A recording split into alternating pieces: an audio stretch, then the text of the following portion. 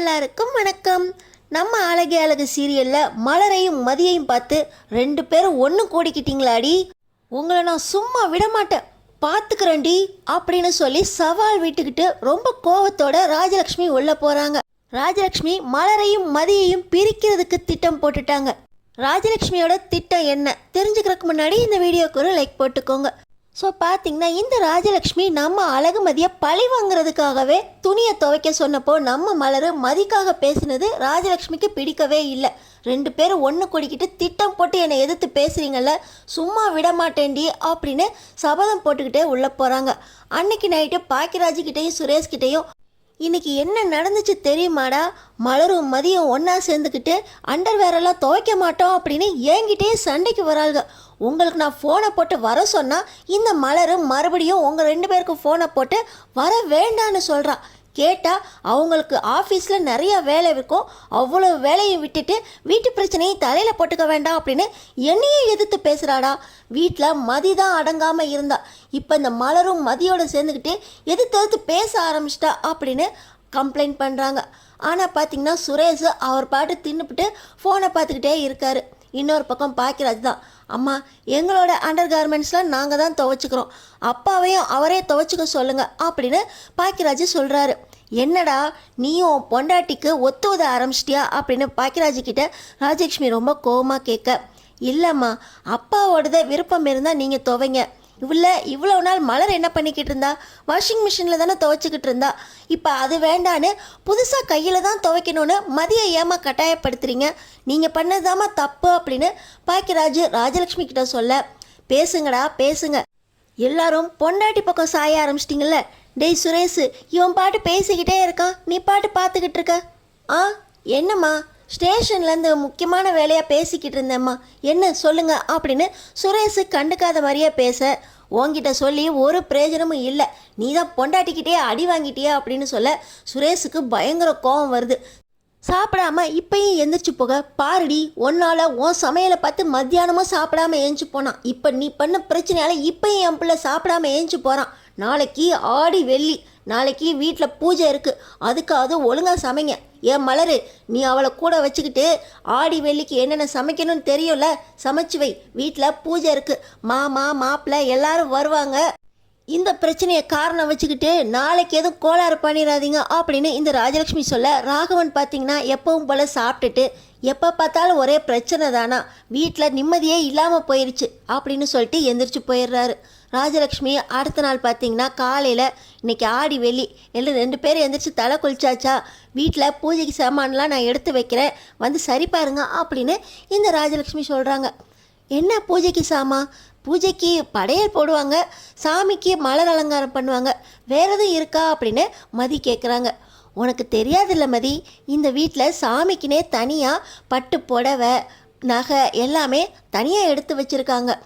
அது பூஜை டைமில் மட்டும்தான் எடுத்து சாமிக்கு அலங்காரம் பண்ணிவிட்டு பூஜை நாள் முடிஞ்சதுக்கப்புறம் எல்லாத்தையும் பத்திரமா எடுத்து கல்லாப்பட்டியில் பூட்டி வச்சுருவாங்க. வா இன்னைக்கு நீ பார்க்க போகிற அப்படின்னு மலர் மதியை கூட்டிகிட்டு போகிறாங்க. பார்த்திங்கன்னா அம்மனுக்கு வைர நெக்லஸ்ஸு, தங்க நகை, பட்டு புடவை அப்படின்னு ஒரு பெட்டி நிறைய எடுத்து வச்சுருக்காங்க. அக்கா இதெல்லாம் சாமி நகையா அக்கா அப்படின்னு சொல்ல, பரம்பரையாக நம்ம வழக்கத்தில் வந்துக்கிட்டு இருக்கான், இதையெல்லாம் இன்னைக்கு அலங்காரம் பண்ணணும் மதி அப்படின்னு மலர் சொல்ல, ஆமாண்டி இவளுக்கு சமைக்கவே தெரியாது, பருப்பு உருண்டை குழம்புக்கு எந்த பருப்பு போடணும் அப்படிங்கிறதுலேருந்து தாளிக்கிறதுக்கு எவ்வளவு எண்ணெய் ஊற்றணும், எவ்வளவு மிளகா பொடி போடணுன்னு எல்லாத்தையும் சொல்லி கொடுத்தேன். இன்றைக்கி பூஜைக்கு அம்மனுக்கு இந்த நெக்லஸை அம்மன் கழுத்தில் போடணுமா காலில் போடணுமான்னு சொல்லி கொடு அப்படின்னு இந்த ராஜலக்ஷ்மி சொல்கிறாங்க. அத்தை என்ன சொல்கிறீங்க அப்படின்னு மலர் கேட்க, அம்மா நான் உன் மதியை ஒன்றும் சொல்லலடி அம்மா, நெக்லஸை கழுத்தில் போடணும், கிரீடத்தை தலையில் போட்டு அம்மனுக்கு அலங்காரம் பண்ணணும்னு நானே மதிக்கு சொல்லி கொடுத்துக்கிறேன், நீ பூஜைக்கு தேவையான படையல் சாமான் எல்லாத்தையும் சரியாக செஞ்சு வை அப்படின்னு மலரை உள்ள அனுப்பிச்சிடுறாங்க. மதி நீ பார்த்துக்கவேல அப்படின்னு நம்ம மலர் கேட்க, பார்த்துக்கிறேங்க்கா அப்படின்னு மதியும் சொல்லிடுறாங்க. இப்போ பார்த்திங்கன்னா மலர் சமையல் செய்ய போக இன்னொரு பக்கம் மதிக்கிட்ட அம்மனுக்கு பூஜை சாமான்லாம் சுத்தமாக விலக்கி வைக்கணும், இது அம்மனுக்கு நாங்கள் பரம்பரையாக பயன்படுத்துறது, அம்மனுக்கு இந்த நகையெல்லாம் எங்கெங்கே போடணுன்னு சொல்லி கொடுக்கணுமா இல்லைனா இங்கேயே இருக்கணுமா அப்படின்னு இந்த ராஜலக்ஷ்மி கேட்க, நான் பூஜை சாமான்லாம் விளக்கிட்டு உங்களை கூப்பிட்றேன், நீங்கள் வந்து ஒவ்வொன்றா சொல்லி கொடுங்கத்தா அப்படின்னு மதி சொல்கிறாங்க.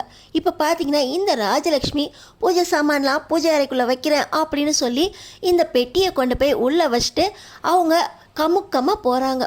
நம்ம மதியம் வழக்கம் போல் பூஜை சாமான்லாம் சுத்தமாக தொலைக்கிட்டு ஒவ்வொரு நகையாக பார்க்கும்போது காலையில் வைர நெக்லஸ் இருந்துச்சே காணமே அப்படின்னு நம்ம மதி யோசிச்சுக்கிட்டு இருக்காங்க.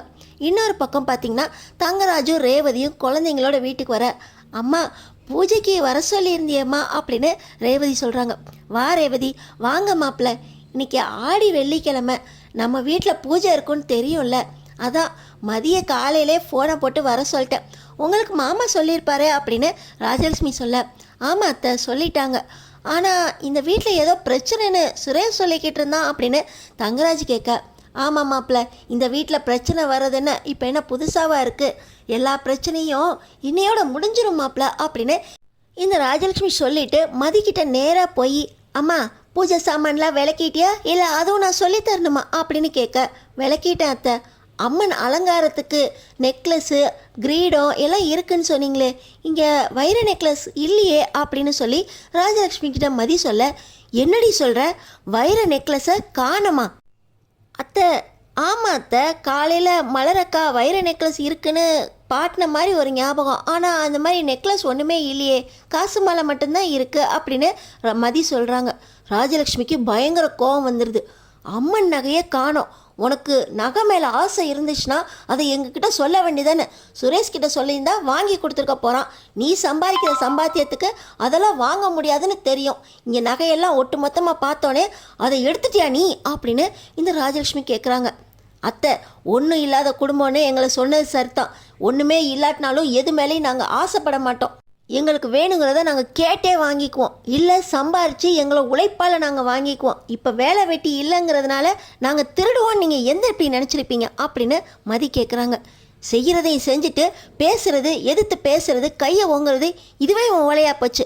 அம்மன் நகையில் கையை வச்சவங்கள அம்மன் சும்மா விடமாட்டான், எங்கடி வச்சிருக்க, நகையை ஒழுங்காக கொடுத்துரு, இன்னுக்கு இன்னொன்று வேணா வாங்கி தர சொல்கிறேன், உன் சுரேஷ் சம்பாதிக்கிறாண்டி நல்லா, அவன் வாங்கி கொடுப்பான், அவன்கிட்ட வாயை திறந்து கேளு, அவன் இல்லைன்னு சொல்லுவானா பார்த்துடலாம் அப்படின்னு ராஜலட்சுமி சொல்கிறாங்க.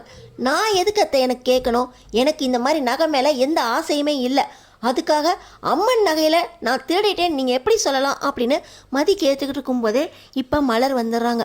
என்னாச்சு மதி, ஏன் இவ்வளோ சத்தமாக இருக்குது அப்படின்னு மலர் கேட்க, அக்கா காலையில் வைர நெக்லஸ் அம்மனுக்குன்னு சொல்லி நீங்கள் காட்டினீங்கல்ல, அது இப்போ இல்லைக்கா, அம்மன் அலங்காரம் பண்ணணும்னு அதை பார்த்தப்போ அது கிடைக்கவே இல்லை, அதான் அத்தைட்ட நீங்கள் வேறு எங்கேயாவது எடுத்து வச்சுருக்கீங்களான்னு கேட்டால் நான் திருடிட்டேன்னு சொல்கிறாங்க அப்படின்னு மதி சொல்கிறாங்க. பார்த்திங்கன்னா மலர், அத்தை மதிக்கு அந்த மாதிரி எண்ணமே கிடையாது, மதி பரிசுத்தமானவ அப்படின்னு மலர் சொல்கிறாங்க. என்னடி அக்காவும் தங்கச்சியும் நேற்று கூட்டு சேர்ந்து என்னை திட்டினீங்க, இப்போ என்னென்னா 2 பேரும் கூட்டு சேர்ந்து திருடிட்டீங்களா, மதி நகையை திருடுவா, 2 பேரும் சேர்ந்து அதை ஆட்டையை போடலான்னு பார்த்துருக்கீங்களா அப்படின்னு ராஜலட்சுமி கேட்க, அத்தை இத்தனை வருஷமாக இந்த வீட்டில் நான் இருக்கேன், என்னைக்காவது நான் வேறு இந்த நகை வேணும் இந்த புடவை வேணும்னு கேட்டிருப்பேனா, வருஷத்துக்கு ஒன்றுன்னு நீங்கள் எடுத்து கொடுக்குற இந்த சுடிதாரும் ஒரு சேலையும் தானே எடுத்து கட்டிக்கிட்டு இருக்கேன், என்னைக்காவது இது மேலே ஆசைப்பட்டு நான் உங்ககிட்ட கேட்டிருப்பேனா, என் மேலே நீங்கள் பழிய போட்டுக்கிட்டு இருக்கீங்க, மதியம் அப்படிப்பட்ட பொண்ணு கிடையாது, அவளும் அவளுக்கு வேணுங்கிறத அவளே வாங்கிக்குவா, நாங்கள் 2 பேரும் ஒன்றா சேர்ந்துருக்கிறது உங்களுக்கு பிடிக்கல, அதனால 2 பேருக்கும் சேர்த்து திருட்டு பட்டம் கட்டுறீங்களா அப்படின்னு மலர் கேட்குறாங்க. நீயும் வர வர எதிர்த்து பேசுகிற மலரு, அவளோட சேர்ந்து நீயும் திருடியிருக்க, நான் இதை நிரூபிக்கிறேன் அப்படின்னு ராஜலக்ஷ்மி ஒவ்வொரு பக்கமாக அந்த நகை இருக்கான்னு தேட போகிறாங்க. இன்னொரு பக்கம் பார்த்தீங்கன்னா, அக்கா இவங்க என் மேலே வீண் பழி போடுறாங்க அக்கா, எனக்கு நகை மேலே எந்த ஆசையும் இல்லை அப்படின்னு மதி சொல்கிறாங்க. இந்த நேரத்தில் தான் தங்கராஜ் வந்து, என்ன ஆச்சு வீட்டில் பூஜை நேரத்தில் இவ்வளோ சத்தமாக இருந்தால் வீட்டுக்கு ஆகுமா அப்படின்னு தங்கராஜ் கேட்குறாரு. மாப்பிள்ள கேளுங்க மாப்பிள்ள, அம்மனோட வைர நெக்லஸை காண மாப்பிள்ள, பரம்பரையாக நாங்கள் பயன்படுத்திக்கிட்டு வரோம், உங்களுக்கு தெரியும்ல மாப்பிள்ள, பாரம்பரியம் மிக்க மக மாப்பிள்ள, மலரோட சேர்ந்து மதி கெட்டு போகிறாளா, மதியோட சேர்ந்து மலர் கெட்டு போகிறாளான்னு தெரியல, 2 பேரும் சேர்ந்துக்கிட்டு ஏதோ கூட்டு கலவாணித்தனம் பண்ணி அம்மனோட நகையை திருடிட்டாளுங்க மாப்பிள்ள, நகையை காணோம் மாப்பிள்ள, இன்னைக்கு பூஜை இருக்கு மாப்பிள்ள அப்படின்னு ராஜலட்சுமி சொல்கிறாங்க. என்னத்த சொல்கிறீங்க, நகையை காணுமா அப்படின்னு தங்கராஜ் கேட்க, ஆமாம் மாப்பிள்ள, அம்மனுக்கு வழக்கமாக போடுற வைர நெக்லஸ் தானே அப்படின்னு கேட்க, உங்களுக்கும் தெரியுமா மாப்பிள்ள, நான் தான் உங்கள் வீட்டில் வருஷம் பார்க்குறேனே, அம்மனுக்கு பூஜைனாலே அலங்காரத்துக்கு அதை தானே போடுவீங்க. ஆமாம் மாப்பிள்ள, அதே தான் மாப்பிள்ள. இதோ இந்த மதிக்கிட்ட தான் பூஜை சாமான்லாம் விளக்கிட்டு அம்மனுக்கு அலங்காரம் பண்ணி வையின்னு கொடுத்துட்டு வந்தேன். வந்து பார்க்குறதுக்குள்ளே காணான்னு சொல்கிறான் மாப்பிள்ள அப்படின்னு இந்த ராஜலக்ஷ்மி புலம்பிக்கிட்டு, இந்த வீடு ஃபுல்லாக எங்கேயாவது ஒளிச்சு வச்சுருப்பா, இவள் வீட்டை விட்டு வெளியே போகலை மாப்பிள்ள, அவள் ஒளிச்சு வச்சத நான் தேடி கண்டுபிடிக்கிறேன் அப்படின்னு இந்த ராஜலக்ஷ்மி சொல்ல, எல்லாரும் சேர்ந்து தேடுவோம் அத்தை, எங்கே போயிடப்போகுது மாப்பிள்ள, இந்த மதிதான் மாப்பிள்ள திருடி இருக்கணும். அத்தை, மதி அப்படிப்பட்ட பொண்ணு இல்லை, நான் கூட்டிகிட்டு வந்த பொண்ணு அப்படின்னு தங்கராஜ் சொல்கிறாரு. என்ன மாப்பிள்ள சொல்கிறீங்க?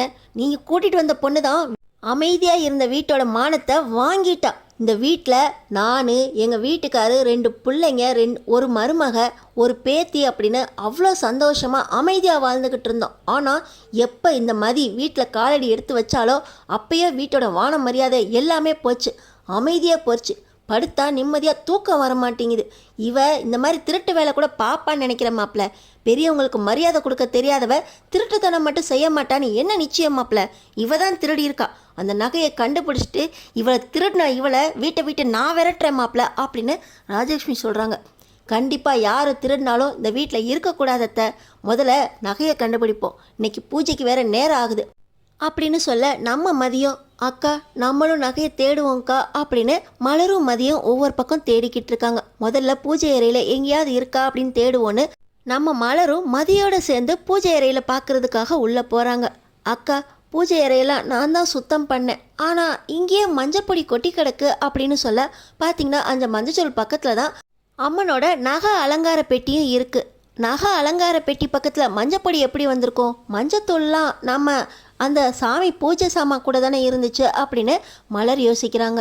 இன்னொரு பக்கம் அந்த மஞ்சப்பொடி வேறு எங்கேயாவது இருக்கா அப்படின்னு பின்தொடர்ந்து வரும்போது பார்த்தீங்கன்னா ராஜலக்ஷ்மி அவங்க பாட்டு காலை ஆட்டிக்கிட்டு ரூமில் போய் காலை அமுக்கிக்கிட்டு இருக்காங்க.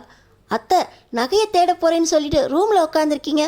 வயசாகுதுடி அம்மா, என்னால் அங்கேயும் இங்கேயும் ஓடி ஆடி தேட முடியல, அதான் தேடுறீங்களே, தேடுங்க, கண்டுபிடிக்கிறீங்களா பார்ப்போம் அப்படின்னு இந்த ராஜலக்ஷ்மி சாவகாசமாக பதில் சொல்ல மலருக்கு புரிஞ்சு போயிடுது.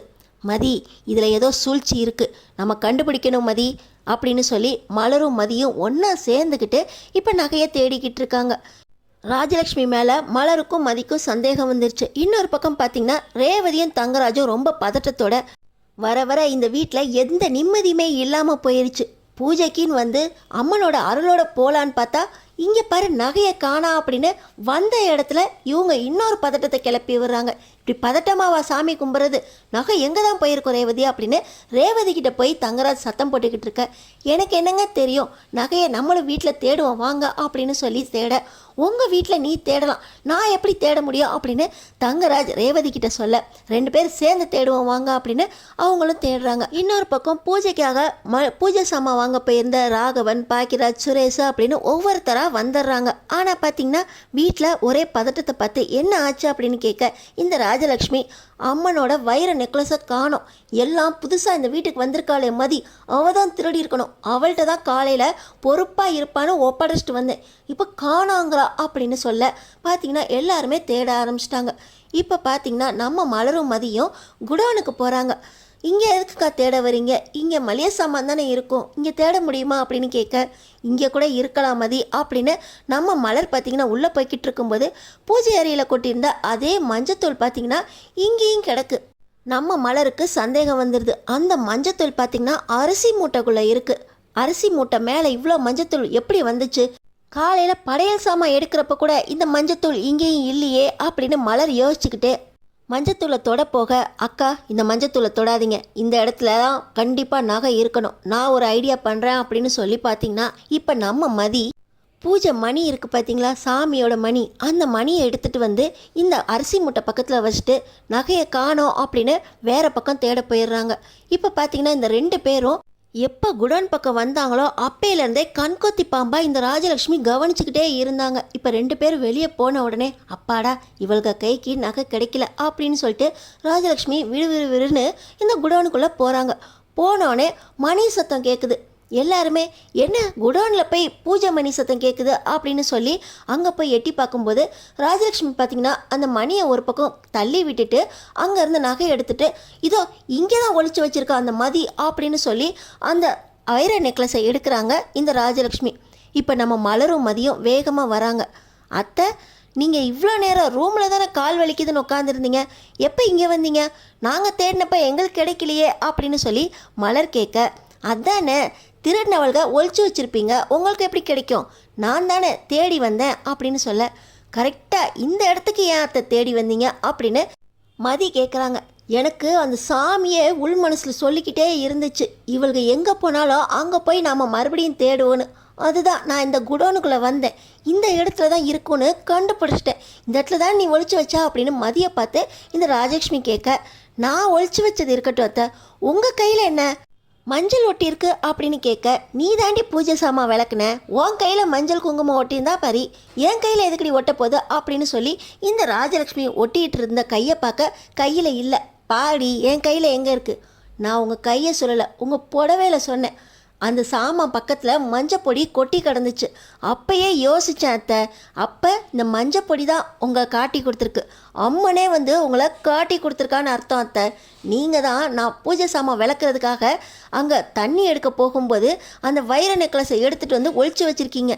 எங்கே ஒழிச்சு வச்சுருக்கீங்க, யார் ஒழிச்சு வச்சதுன்னு கண்டுபிடிக்கிறதுக்காக தான் அந்த மஞ்சப்பொடி எங்கெங்கெல்லாம் இருக்குன்னு பார்க்குறப்போ இந்த குடோனில் இருந்துச்சு. அப்போ இந்த குடோனில் தான் நகை இருக்கணும்னு கண்டுபிடிச்சிட்டேன். ஆனால் யார் வச்சதுன்னு தெரியணும்ல, யார் ட்ரெஸ்ஸில் ஒட்டியிருக்குன்னு அந்த ஆத்தாவே காட்டி கொடுத்துட்டா. மஞ்சப்பொடி எதுக்கத்தை எடுத்தீங்க அப்படின்னு மதி கேட்க, நான் எதுக்கடி ஒழிச்சு வைக்கணும், எங்கள் வீட்டு சாமியோட பாரம்பரிய நகை, இதை நான் ஒழிச்சு வச்சு என்னடி ஆக போகுது அப்படின்னு இந்த ராஜலக்ஷ்மி கேட்க, ஆகுத்த ஆகும், உங்கள் புடவையில் எப்படி மஞ்சப்பொடி வந்துச்சு அதை சொல்லுங்கள் அப்படின்னு மதி கேட்க, அது வந்து சமையல் செய்ய, நீங்கள் சமையல் கட்டு பக்கமே வரல அத்தை அப்படின்னு மலர் சொல்ல, வேற ஒன்றும் இல்லை, பூஜை சாமான்லாம் விளக்கிட்டீல, அதுக்கு மஞ்சத்தூள் வைக்கிறதுக்காக வந்தேன் அப்படின்னு ராஜலக்ஷ்மி சொல்ல, நான் தான் பூஜை சாமான் விளக்கிட்டு தானே வந்து அலங்காரம் பண்ணுறதுக்கு வந்தேன், ஏன் அத்தை இப்படி சொல்கிறீங்க? காலையிலேருந்து நீங்கள் எப்போ எனக்கு ஆர்டர் போட்டு போனீங்களோ அதுக்கப்புறம் பூஜை அறை பக்கமே எனக்கு தெரிஞ்சு வரல. ஆனால் இந்த நகையை திருடுறதுக்காக பூஜை அறை பக்கம் வந்திருக்கீங்க. இந்த நகையை திருட்டா அப்படின்னு திருட்டு பட்டம் கட்டி நீங்கள் என்னை வீட்டை விட்டு விரட்டுறதுக்காக தானே இந்த பிளான் போட்டிங்க அப்படின்னு மதி கேட்க, உன் மேலே எதுக்கிட்டி நான் திருட்டு பட்டம் கட்டணும்? நீயும் மலரும் ஒன்றா சேர்ந்துக்கிட்டு தாண்டி நேற்று என்ன பேசுனீங்க, உன்னையும் மலரையும் பிரிச்சாதாண்டி நீ இந்த வீட்டை விட்டு போக. நல்ல மருமகளாக இருந்த அவளையும் பேச வச்சு கெடுத்துட்டீல, அவள் ஒழுங்காக வீட்டிலே இருக்கட்டும், நீ வீட்டை விட்டு போடி அப்படின்னு மதி சொல்ல, அப்போ இந்த நெக்லஸை நீங்கள் தான் திருடுனீங்களா அத்தை அப்படின்னு சொல்ல, நான் எதுக்கடி திருடினேன், இது எங்கள் வீட்டு நகை, இந்த நகையை கொஞ்ச நேரம் மறைச்சி வச்சு உன்னை வீட்டை விட்டு விரட்டுறதுக்காக கொஞ்ச நேரம் மறைச்சி வச்சேன், அவ்வளோதான். இந்த நகை வேற எங்கேயும் போகாது, அம்மன் கழுத்துக்கு தான் போகும். ஆனால் நீ வீட்டை விட்டு வெளியே போகணுண்டி, நீயும் மலரும் இந்த வீட்டில் அடிக்கிற கொட்டத்தை குறைக்கிறதுக்காக தான் உன் மேலே திருட்டு பள்ளியை கட்டுறதுக்காக நினச்சேன். ஆனால் அதில் இந்த மஞ்சத்தூள் என்னை மாட்டி விட்டுருச்சா அப்படின்னு சொல்ல, அது மஞ்சத்தூள் இல்லாத அம்மனோட ஆசை, அம்மனே மஞ்சத்தூள் ரூபத்தில் உங்களை காட்டி கொடுத்துட்டா அத்தை, என் மேலே திருட்டு பட்டம் கட்டுறேன் அப்படின்னு உங்களை நீங்களே அசிங்கப்படுத்திக்கிட்டீங்களே அத்தை, உங்களுக்கு அசிங்கமா இல்லை அப்படின்னு சொல்லி மதி கேட்க, மலரும் என்ன அத்தை, மதியை வீட்டை விட்டு விரட்டிட்டா நான் பேச மாட்டேனா, இனிமே நியாயத்து பக்கம் தான் நான் பேசுவேன், நானும் மலரும் இனிமே ஒன்றா தான் இருப்போம், எங்களை உங்களால் பிரிக்க முடியாது, இந்த மாதிரி கேவலமாக யோசிச்சு உங்களை நீங்களே அசிங்கப்படுத்திக்காதீங்க அப்படின்னு மலரும் சொல்ல, இப்போ பார்த்தீங்கன்னா எல்லாரும் ஒன்றா சேர்ந்து உங்கள் புத்தி ஏமா இவ்வளோ கீழ்த்தரமாக போச்சா அப்படின்னு ராஜலக்ஷ்மியை திட்ட, அடுத்த திட்டம் ராஜலக்ஷ்மி என்ன போட போகிறாங்க, இந்த திட்டத்தினால ராஜலக்ஷ்மி இன்னும் கெட்ட பேர் வாங்க போகிறாங்களா, அடுத்தடுத்து என்ன நடக்க போகுதுன்னு தெரிஞ்சுக்கிறதுக்கு நம்ம சேனலை சப்ஸ்கிரைப் பண்ணி தொடர்ந்து பாருங்கள்.